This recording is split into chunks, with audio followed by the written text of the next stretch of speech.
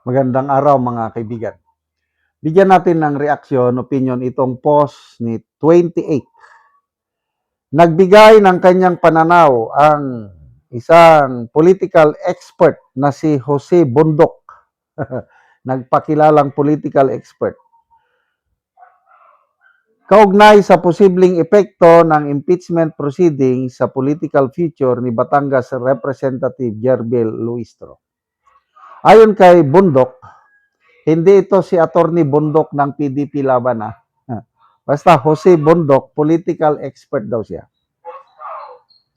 Malaki umano ang naitulong sa public exposure ni Luistro ang kanyang naging papel bilang isa sa mga lead prosecutor sa impeachment case laban kay VP Sara Duterte. Dahil dito, naniniwala siyang maaring magkaroon ito ng positibong epekto kung sakaling tumakbo si Luistro sa mas mataas na posisyon sa mga susunod na halalan. Gayunman, ang naturang payag ay sariling opinion at pagsusuri ni Bundok. Wala pang opisyal na survey o resulta ng halalan na nagpapatunay na tiyak na mananalo si Luistro. Samantala, patuloy namang nagkakaroon ng magkakaibang reaksyon ang publiko sa naging payag ng nagpakilalang political expert, kung saan may mga sumasang-ayon at mayroon ding hindi kumbinsido sa kanyang pananaw. Tingnan natin ang reaksyon ng taong bayan dito sa post na ito. 17,000 ang nag-react. 16,000 ang tumatawa. 1,200 ang galit. 451 lang ang nag-like. So, ibig sabihin, wala pa pong 1%. Sabihin mo na lang, 1% ang naniniwala sa assessment o prediction na siguradong mananalo si Luistro kung tatakbo siyang senador sa 2028. Ano sa tingin nyo? Tatakbo ba?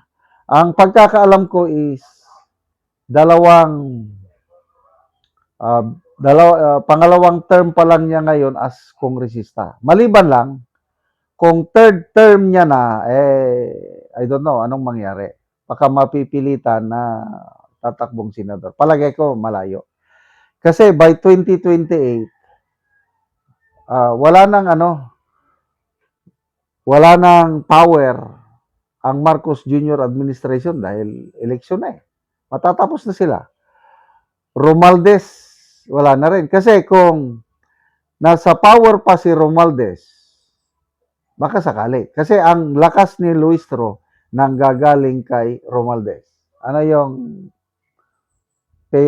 sikat na niya? Nang dahil kay Speaker nagkaroon ng tupad, nang dahil kay Speaker nagkaroon ng ayuda, hanggang to a point na sabi ni Attorney Binguanson, sabi niya, nang dahil kay Speaker nagkaroon ng mga pagbaha. So, yes, grabe ang kanyang public exposure. Kailang, depende kasi yung public exposure mo It's either positive or negative ang dating. The fact na dito sa reaction is 99% tinatawanan siya, galit ang netizens. Negative ang dating ng kanyang public exposure. Example, ang Pangulong Marcos, public exposure niya, araw-araw laman siya ng balita. Bakit negative 13, negative 15 ang ratings niya? Negative kasi ang hindi ma-appreciate ng taong bayan ang mga ginagawa ng Pangulo. Kaya ganun, negative ang dating. Si Auntie Claire Castro, araw-araw, siya ang makikita mo sa mga balita, nagsasalita. Bakit kinuyog siya doon sa Canada? First time na nangyari yan, na harap-harapan na sinigawan, pinagsabihan ng masasakit. Pero mo yan, pagsabihan ka ng kapwa mo Pilipino, magnanakaw, sinungaling, pangit. Tapos sa later part ng video, pinipi-ay siya, minumura. lulutong na mura. Bakit ganon? Negative. Ang dating ni Claire Castro sa nakakarami taong bayan, negative. Kaya maraming galit. Kaya itong si Congresswoman Luistro, totoo na malaki ang media exposure niya. Kaya lang sa tingin ko, mas maraming Pilipinong nagagalit sa kanya kaysa sa susuporta. Kaya good luck kung kakandidato man o hindi. Oh. So bukas, magsisimula na po ang impeachment trial. So nabasa ko yung parang notice ng impeachment court papunta ka sa kampo ni BP Sara. You are required to attend, sabi doon. Or any counsel. So, ibig sabihin, iniimbita ang presence ni BP Sara, but may option siya na hindi mag-appear. Kaya may nabasa kong post ni Professor Malutikia, sabi niya, baka magdrama na naman itong nasa prosecution. Kung hindi mag-a-appear si BP Sara, kung ano-ano naman ang sinasabi. Eh, option ng Vice President, pwede mang hindi. So, I don't know yung kay Joseph Estrada, Pangulong Estrada, hindi ata siya nag-attend eh. Correct me if I'm wrong. Kay CG Corona, hindi rin siya nag-attend. So, bahala na. Nasa strategy ni BP Sara sa kanyang defense team kung mag-a-attend siya bukas o hindi. So, good luck. Team Luistro, sana hindi kayo kainin ng buhay ang defense team ni BP Sara.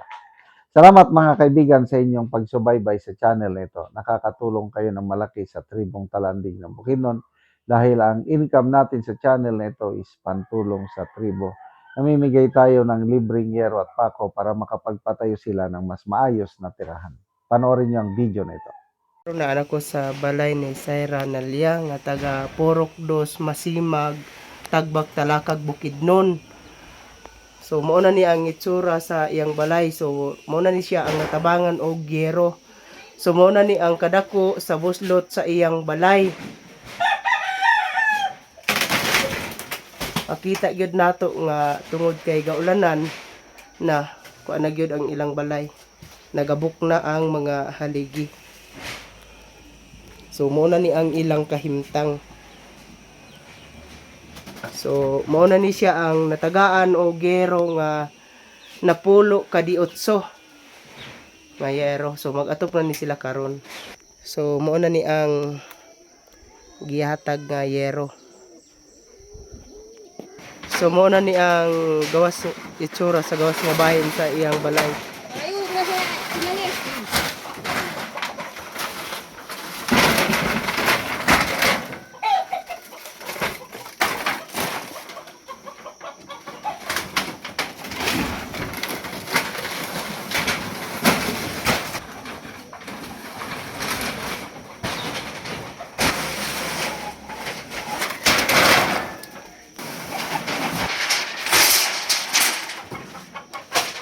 Pandayo na ko.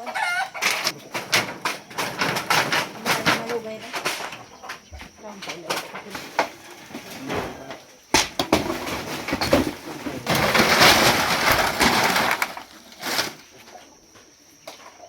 Hanggang ko nag-abot. 20 balik tuig, 20. Ang pasisir kiba lang. Manang kya at sir na. Kumarin. Kumarin.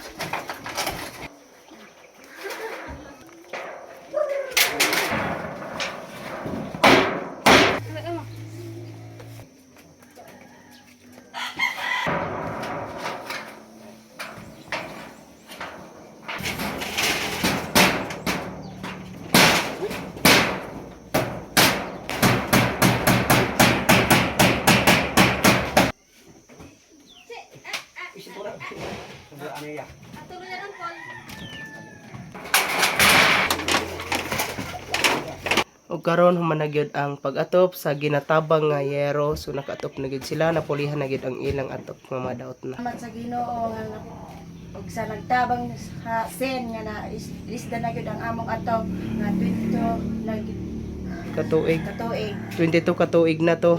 Oo. So pila ka buki mong anak? Upat. At so tanan na nag-eskwela. Kanala. So salamat kayo. Salamat.